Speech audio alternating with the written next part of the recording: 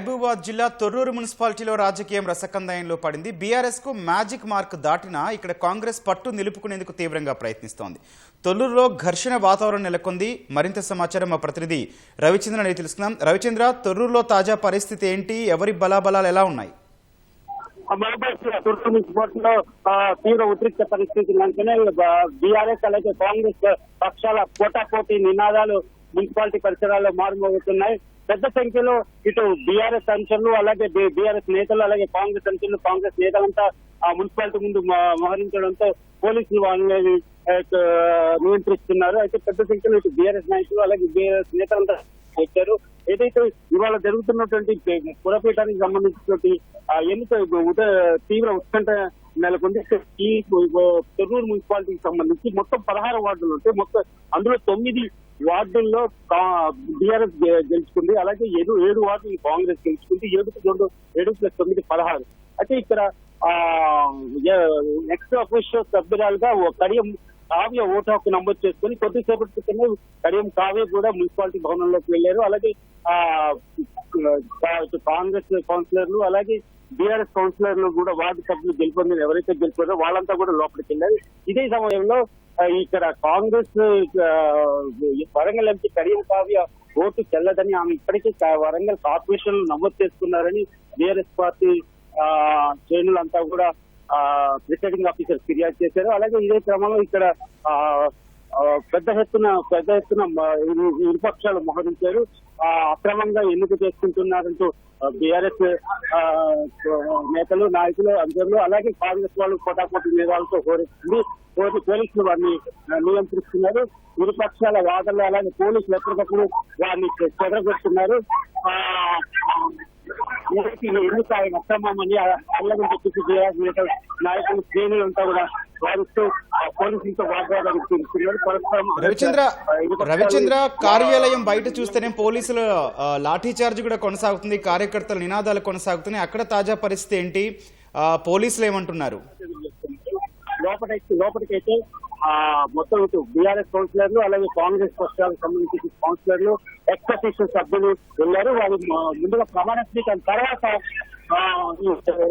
మాజీ సభ్యులు ఎన్నిక జరుగుతుంది.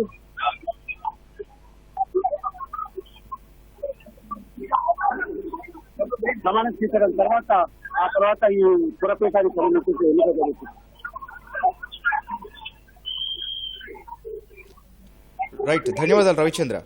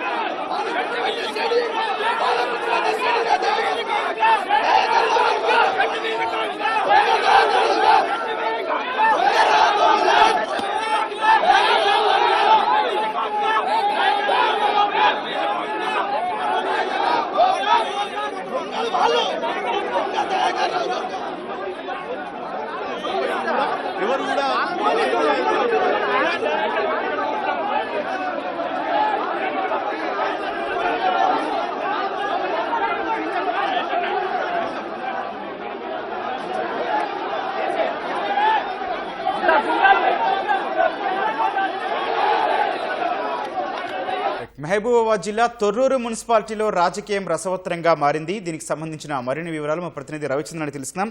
రవిచంద్ర, కార్యాలయం లోపల ఎన్నికకు సంబంధించి వివరాలు ఏంటి? అంతకంటే ముందు కూడా బయట కార్యకర్తల నినాదాలేంటి? ఘర్షణ వాతావరణం కనిపిస్తోంది. మహబూబాబాద్ మున్సిపాలిటీ తీవ్ర ఉద్రిక్తత పరిస్థితులు టీఆర్ఎస్ కాంగ్రెస్ వర్గీయులు పరస్పర నినాదాలు చేసుకుంటూ మున్సిపాలిటీ భవనాల ముందు ఆందోళన చేస్తున్నారు. దయాకర్ గోబ్యాక్ అంటూ కాంగ్రెస్ నేతలు నినాదాలు చేస్తున్నారు. కాంగ్రెస్ నేతలు గోబ్యాక్ అంటూ వీళ్ళు బీఆర్ఎస్ నేతలు పరస్పర ఇరు వర్గాల నినాదాలతో తొర్రూరు మున్సిపాలిటీ పరిసరాలు ఎవరైతున్నది. ఏదైతే ఇవాళ జరుగుతున్నటువంటి ఈ తొర్రూరు మున్సిపాలిటీ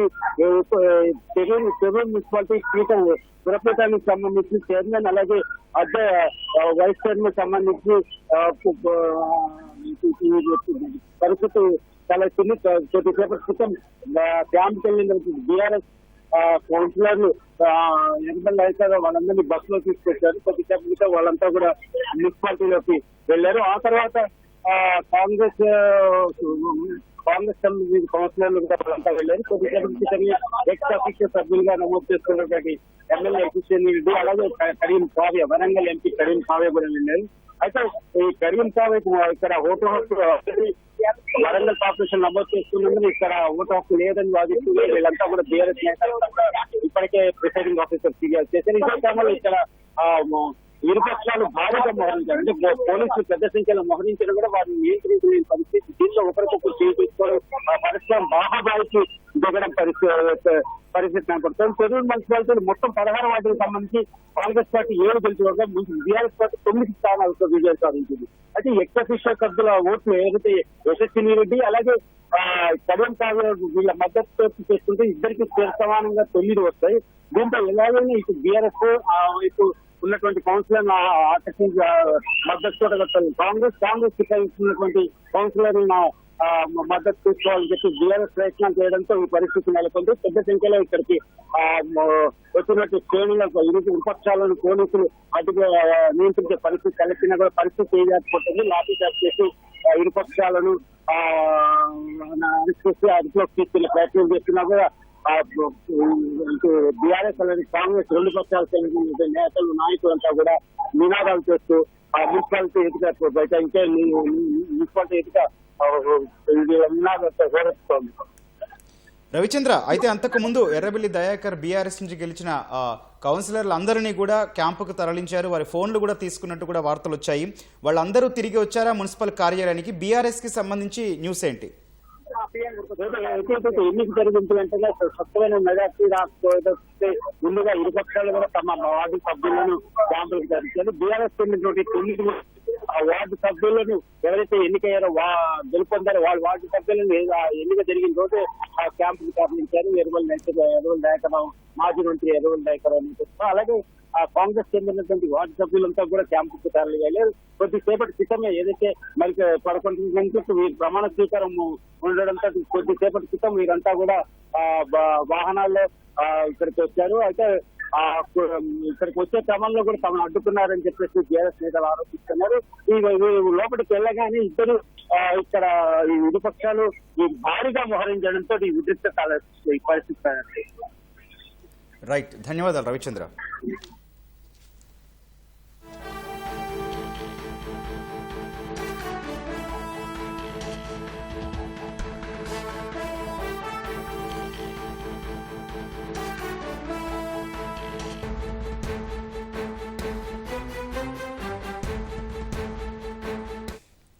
మహబూబాబాద్ జిల్లా తొర్రూరు పురపాలిక చైర్మన్, వైస్ చైర్మన్ ఎంపికపై సందిగ్ధత నెలకొంది. బలాబలాలు పోటాపోటీగా ఉండటంతో అందరిలో ఉత్కంఠ నెలకొంది.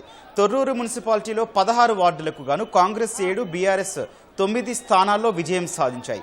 ఎక్స్ అఫీషియోగా ఎమ్మెల్యే యశస్విని రెడ్డి, ఎంపీ కడియం కావ్యాలు నమోదు చేసుకోవడంతో కాంగ్రెస్ పార్టీ బలం 9కి పెరిగింది. అయితే బలాబలాలు సమం కావడంతో కాంగ్రెస్, బీఆర్ఎస్ పార్టీలు ఎదుటిపక్షం అభ్యర్థిని తమ వైపునకు తిప్పుకునేందుకు ముమ్మర ప్రయత్నాలు చేస్తున్నాయి. కొత్తగా ఎన్నికైన కౌన్సిలర్ల ప్రమాణ స్వీకారం వేళ ఎలాంటి అవాంఛనీయ ఘటనలకు తావు లేకుండా తొర్రూరు పురపాలిక వద్ద భారీగా పోలీసులు మోహరించారు.